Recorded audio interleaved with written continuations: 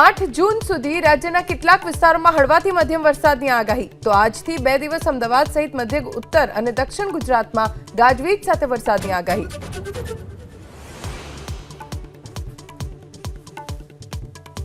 ભીષણ આગ લાગી ભરૂચના અંકલેશ્વર જીઆઈડીસીની ફિનોર પીપલેજ કંપનીમાં ફાયર વિભાગની ગાડીઓ સ્થળે કોઈ જાનહાનિ નહીં।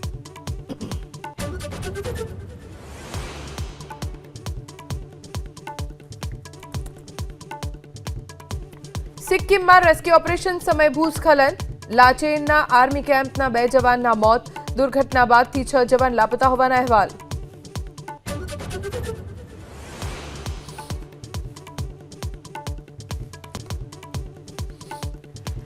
મોદી સરકારના ત્રીજા કાર્યકાળના 1 વર્ષ પૂર્ણ થવા પહેલા 4 જૂને કેન્દ્રીય મંત્રી પરિષદની બેઠક। મોદી સરકારના 11 વર્ષ પૂર્ણ થવાને લઈ જનતા વચ્ચે જવાના મુદ્દા પર થશે ચર્ચા।